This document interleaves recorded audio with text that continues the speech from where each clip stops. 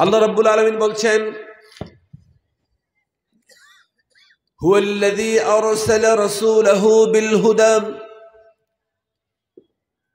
রাব্বিযুল জালাল, নবীকে পাঠিয়েছেন, যুগ যুগ ধরে যত নবী এবং রাসূলকে পাঠিয়েছেন, নবুয়তের মিশনকে সুসম্পূর্ণ করেছেন। নবী করিম সাল্লাল্লাহু আলাইহি ওয়াসাল্লামের মাধ্যমে আল্লাহ পাক নবুয়তের মিশনকে সুসম্পূর্ণ করেছেন। আর নবুয়তের মিশনকে সুসম্পূর্ণ করে রাসূল করিম সাল্লাল্লাহু আলাইহি ওয়াসাল্লামের মাধ্যমে আল্লাহ পাক নবুয়তের মিশনকে সুসম্পূর্ণ করেছেন। আর সুসম্পূর্ণ করে আল্লাহ রাব্বুল আলামিন পৃথিবীর মানুষের মধ্যে আল্লাহর তরফ থেকে সবচাইতে বড় নিয়ামতকে উপহার দিয়েছেন। কোন সুবহানাল্লাহ। হুয়াল্লাযী আরসালা রাসূলাহু বিল হুদা ওয়া দীনিল হক, সত্য ধর্ম দিয়েছেন, দিন দিয়েছেন, হিদায়াতের পথ আল্লাহ পাক দিয়েছেন। এমনি ভাবে যুগে যুগে আসমানি কিতাব দিয়ে, আসমানি বার্তা দিয়ে আল্লাহ রাব্বুল আলামিন যুগ যুগ ধরে তার বান্দাদেরকে নবীদের মাধ্যমে তার দিকে আহ্বান করেছেন। কোন সুবহানাল্লাহ। আল্লাহ পাক বলেছেন, ওয়ালাকাদ বা'আসনা ফি কুল্লি উম্মাতির রাসূলা আন ইবুদুল্লাহ ওয়াজতানিবুত তাগুত। বলি আল্লাহু আকবার। যুগে যুগে আল্লাহ রাব্বুল আলামিন অসংখ্য নবী এবং রাসূল পৃথিবীতে পাঠিয়েছেন। অসংখ্য নবী এবং রাসূলদের একটাই কাজ ছিল, আন ইবুদুল্লাহ ওয়াজতানিবুত তাগুত, আল্লাহর ইবাদত করো, তাগুতকে পরিহার করো। আজকে আপনাদের সামনে আমি কোরআনুল কারীমের 3টি আয়াত পড়েছি। 3টি আয়াতের মধ্যে একটি আয়াতের মোটামুটি আমরা তাহকিক তাফসীর করব, বাকি 2টি আয়াতেরও সময়ের প্রয়োজনে কিছু কথা শুনবো আমরা ইনশাআল্লাহ। বলি ইনশাআল্লাহ। সম্মানিত হাজিরিন, খুব গভীরভাবে মনোযোগ। আল্লাহ রাব্বুল আলামিন আমাদেরকে এই দুনিয়ার জমিনে যে হায়াত দিয়েছেন,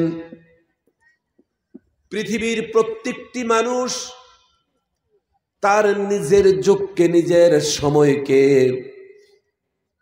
সবচাইতে বেশি আধুনিক মনে করেছেন। পৃথিবীর সব মানুষ তার নিজের যুগকে সবচাইতে বেশি আধুনিক মনে করেছেন। আজকে আমরা আমাদেরকে খুব আধুনিক মনে করি না? কি বলেন? কথা বুঝতে পারছেন না? একটু হ্যাঁ না ইয়েস নট বলেন। পৃথিবীর প্রত্যেকটি মানুষ তার নিজের যুগকে আধুনিক মনে করেছেন। এখন থেকে 30 বছর পরে যারা আসবে তারা তাদেরকে এই রকমের আধুনিক মনে করবেন।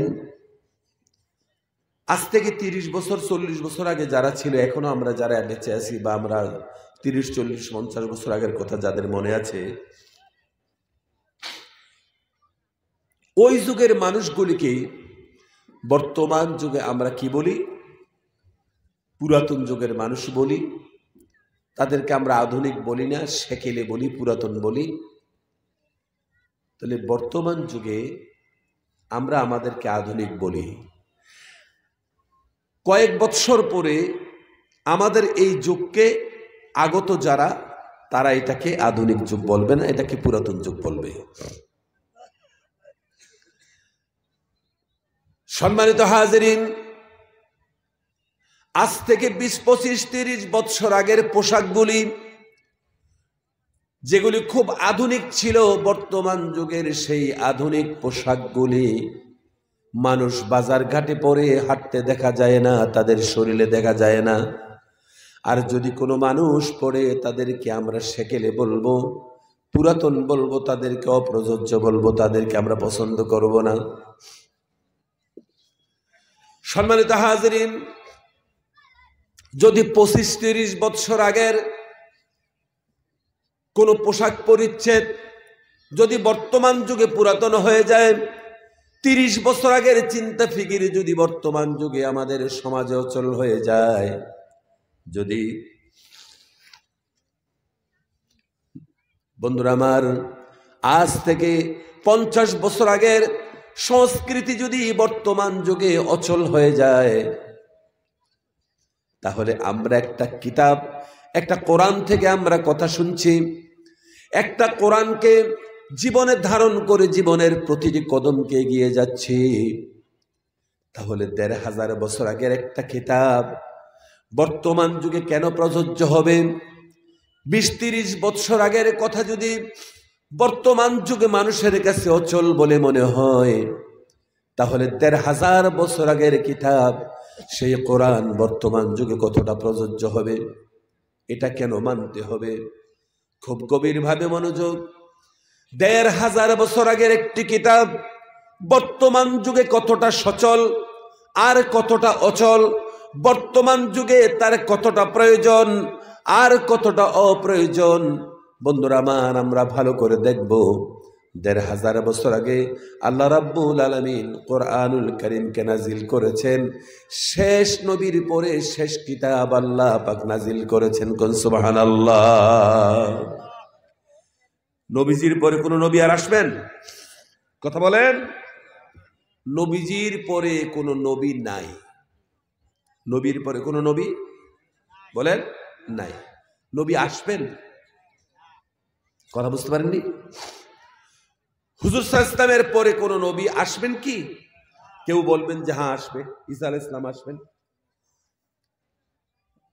আসলে মূল কথাটা হচ্ছে নবীর পরে কোনো নবী নাই। মুহাম্মদ সাল্লাল্লাহু আলাইহি ওয়াসাল্লামের পরে কি নেই? নবী নেই। ঈসা আলাইহিস সালাম আবার আসবেন নবী হিসাবে নাকি উম্মত হিসাবে? উম্মত হিসাবে আসবেন। সুতরাং নবীর পরে আর নবী নাই, এটা হলো শুদ্ধ কথা। নবীর পরে নবী আসবেন না, কথাটা এটা নয়। হযরত ঈসা আলাইহিস সালাম নবী, উনি আসবেন, তবে উনি উম্মত হিসাবে আসবেন, নবী হিসাবে নয়। প্যারে হাজিরিন, খুব মনোযোগ। রাসূল করিম সাল্লাল্লাহু আলাইহি ওয়াসাল্লামের মাধ্যমে আল্লাহ রাব্বুল আলামিন তার আসমানি বার্তাকে সুসম্পূর্ণ করেছেন। এরপরে কোন নবী আসবে না। নবী করিম সাল্লাল্লাহু আলাইহি ওয়াসাল্লাম বলেছেন, আনা আখিরুন নাবিয়্যু লা নাবিয়্যা বা'দি ওয়ালা রাসূলা। আমি হচ্ছি শেষ নবী, আমার পরে কিয়ামত পর্যন্ত এই দুনিয়ার জমিনে কোনো নবী এবং রাসূল পৃথিবীতে আর আসবেন না। কোন সুবহানাল্লাহ। প্যারে হাজিরিন, তাহলে নবীরা আমাদেরকে কি দিয়ে গেলেন? 1500 বছর আগে যেই নবীরা আমাদের জন্য কি রেখে গেলেন? রাসূল করিম সাল্লাল্লাহু আলাইহি ওয়াসাল্লাম আমাদের জন্য কি রেখে গেলেন? আর সেই রেখে যাওয়ার দিন আমাদের জন্য কতটা সময়ের প্রয়োজন? এখন সবেমাত্র আমরা 2025 ইংরেজির মধ্যে প্রবেশ করেছি। আলহামদুলিল্লাহ বলেন, আরো জোরে বলেন। 2025 ইংরেজিতে আমরা প্রবেশ করেছি। আল্লাহ পাকের কাছে ফরিয়াদ করে, আয় আল্লাহ, গত বছরে যা কিছু আমরা গুনাহ করেছি 2025 ইংরেজিতে করতে চাই না। বলি আমিন। 2025 ইংরেজিটা গত বছরের চাইতে আমরা 24-এর চাইতে আরো বেশি সুন্দর করে আমরা সাজাতে চাই, কোরআনের রঙে রঙিন করতে চাই। আল্লাহ কবুল করুক। বলি আমিন। জোরে বলি আমিন। সম্মানিত হাজিরিন,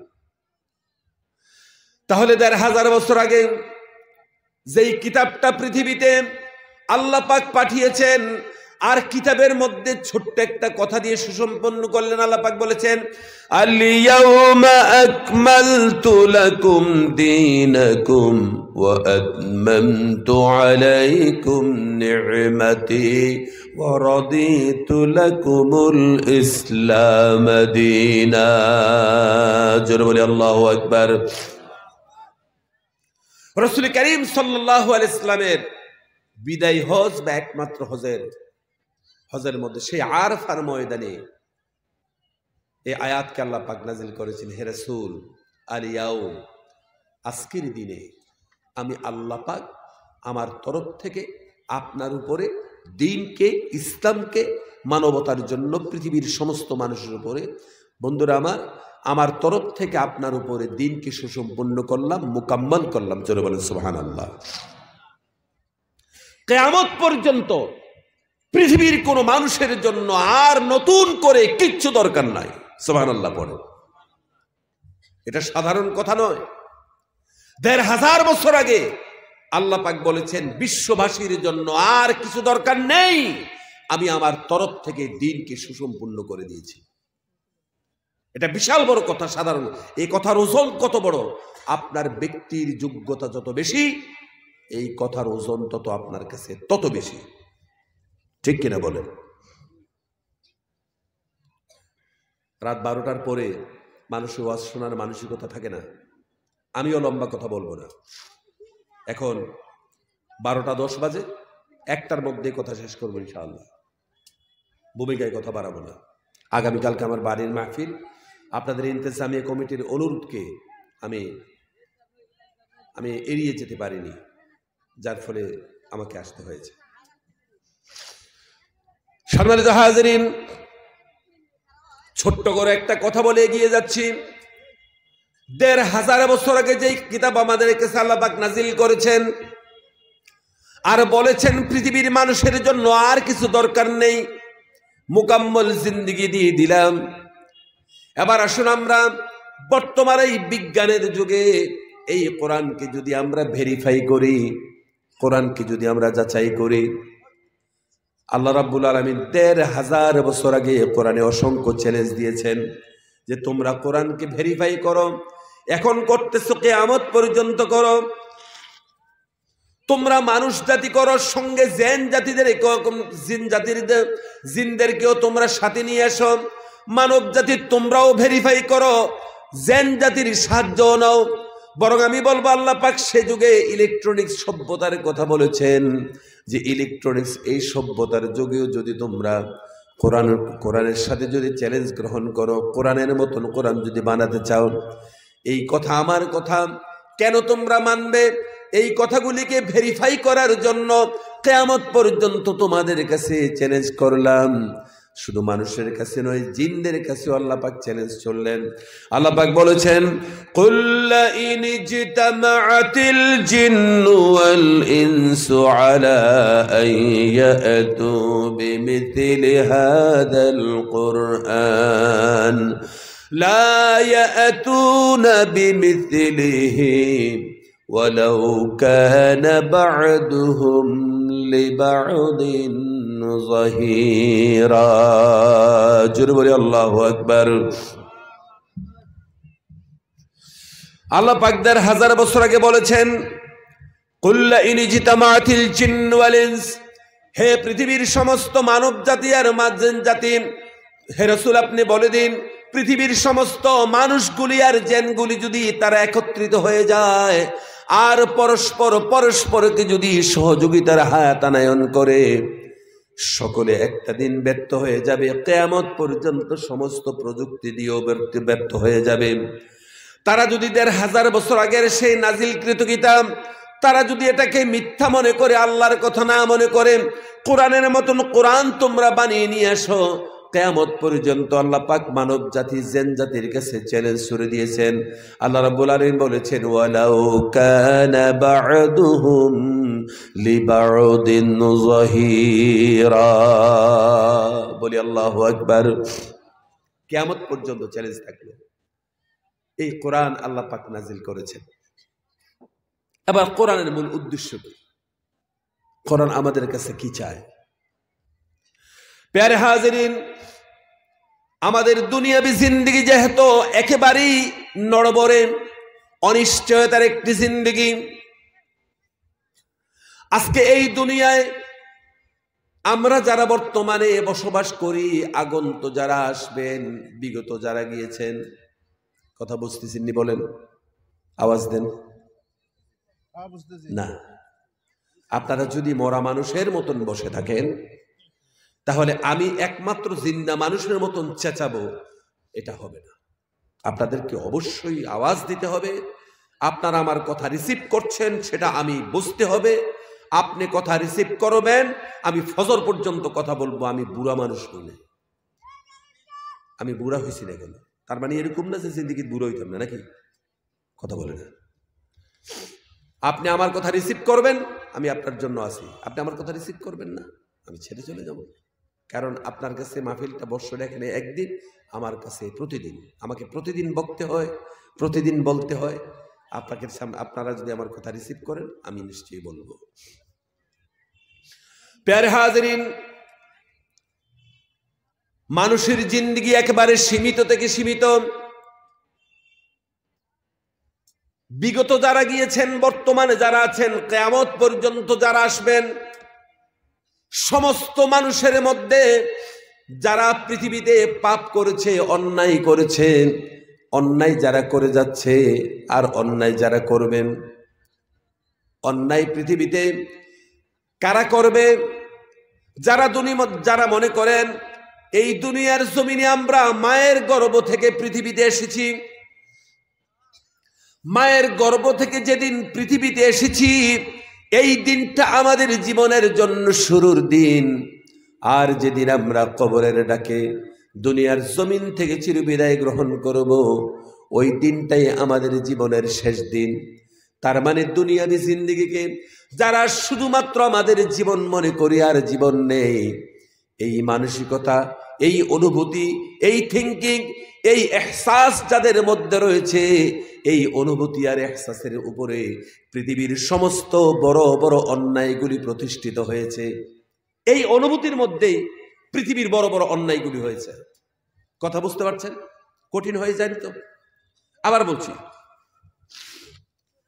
আমরা যারা মনে করি যে আমরা পৃথিবীতে যেদিন জন্মগ্রহণ করেছি, যেদিন আমাদের জন্ম হয়েছে, সেদিন থেকে মৌত পর্যন্ত, মিনাল মাহাদি ইলাল লাহাদ, আমাদের জন্ম থেকে একবারে কবর পর্যন্ত, এটাকেই যদি শুধুমাত্র আমরা আমাদের জীবন মনে করি, এই মনে করাটা, এই থিঙ্কিং যাদের মধ্যে রয়েছে, এই অনুভূতি বা এই এহসাস যাদের মধ্যে কাজ করে যে দুনিয়াবী জিন্দিগিটাই শুধুমাত্র আমার জিন্দিগি, তাহলে এই সমস্ত মানুষের এই চিন্তা ফিকিরের উপরে ওই মানুষগুলি অন্যায় করতে কোনো দ্বিধাবোধ করে না, এবং এই চিন্তার উপরে যত বড় অন্যায় সে করা সম্ভব। ঠিক কিনা বলো? কেন? কারণ তারা মনে করে দুনিয়ার জীবন শুরু, দুনিয়াটাই শেষ। কিন্তু আসলে কথা এটা নয়। সম্মানিত হাজিরিন, আল্লাহ পাককে জিজ্ঞেস করি আমরা, আমাদের জীবনের শুরু কোথায়, শেষ কোথায়? আল্লাহ পাক বলছেন, তোমাদের জীবনের শুরু হচ্ছে রুহের জগতে। রুহের জগতে তোমরা ছিলে। আল্লাহ রাব্বুল আলামিন সবাইকে প্রশ্ন করেছেন, আলাস্তু বিরাব্বিকুম, আমি কি তোমাদের রব নই? আমরা সকলে একসঙ্গে এক বাক্যে বলেছি। আগত যারা আছে, বর্তমানে আমরা যারা আছি, বিগত যারা ছিলেন, সবাই আমরা একসঙ্গে একটা জবাব দিয়েছি, বালা বলে, নিশ্চয়ই আপনি আমাদের রব, তার মধ্যে কোনো সন্দেহ নাই। জোরে জোরে বলি সুবহানাল্লাহ। আয় পরওয়ারদিগার, হে রব, তুমি একমাত্র আমাদের স্রষ্টা, তুমি আমাদের রব, আর তুমি আমাদের সব। সুবহানাল্লাহ পড়েন। সেখান থেকে আমাদের জীবনের শুরু হয়েছে। এখন যেদিন আমাদের সেখান থেকে শুরু হয়েছে, এর আগে আমরা কোথায় ছিলাম? এর আগে ছিলাম, বলেন, এর আগে আমরা ছিলাম? সৃষ্টি করেছেন প্রথম আল্লাহ পাক রুহের জগতে, এর আগে কি আমরা ছিলাম? তার উত্তর হচ্ছে, সঠিক উত্তর, এর আগেও আমরা ছিলাম। কোথায় ছিলাম? আল্লাহ পাকের ইলমের মধ্যে আমরা ছিলাম। কোথায় ছিলাম? আল্লাহ পাকের ইলমের মধ্যে আমরা ছিলাম, আল্লাহ পাকের জ্ঞানের জগতে আমরা ছিলাম। আজকে 2025 ইংরেজির 1 জানুয়ারি, কয়েক মিনিট হলো। এই যে 2025 ইংরেজির 1 জানুয়ারির এই কয়েক মিনিট আমরা অতিক্রম করছি 2024কে বিদায় করে। এই সময়টা আমরা এখানে ছিলাম, আমরা আসব, এই সময়টা আমরা এতগুলি কথা শুনব, এই সময়টা আমরা নিজেরা গতকালকেও জানতাম না। কিন্তু যিনি আমাদেরকে প্রথম রুহের জগতে সৃষ্টি করেছেন, তার পূর্বেও তার ইলমের মধ্যে এটা ছিল, সে আল্লাহ পাকের ইলমের মধ্যে ছিল যে 2025 ইংরেজির এই সময়টা আমার বন্দারা কোরআনের এই কথাগুলি শুনবো, ঠিক তারা এই জিনিসগুলি শুনবে। এটা আল্লাহ পাক আমাদেরকে সৃষ্টি করার আগে জানতেন। সুবহানাল্লাহ পড়বেন না? সেখান থেকে আমাদের সূচনা হলো। এবার শেষ কোথায়? শেষটা কোথায় দেখেন সম্মানিত হাজিরিন, সেখান থেকে আমাদের জীবনের শুরু হয়েছে। এবার শেষটা কোথায় দেখেন, আল্লাহ রাব্বুল আলামিন তার বান্দাদেরকে বললেন, বান্দারা রে, আজকের দিনে তোমরা আমাকে দেখছো আর আমি তোমাদেরকে দেখছি। আমাদের মধ্যে এই যে মহান মিলন মেলা, তোমরা আমাকে দেখছো, দেখতে পাচ্ছ।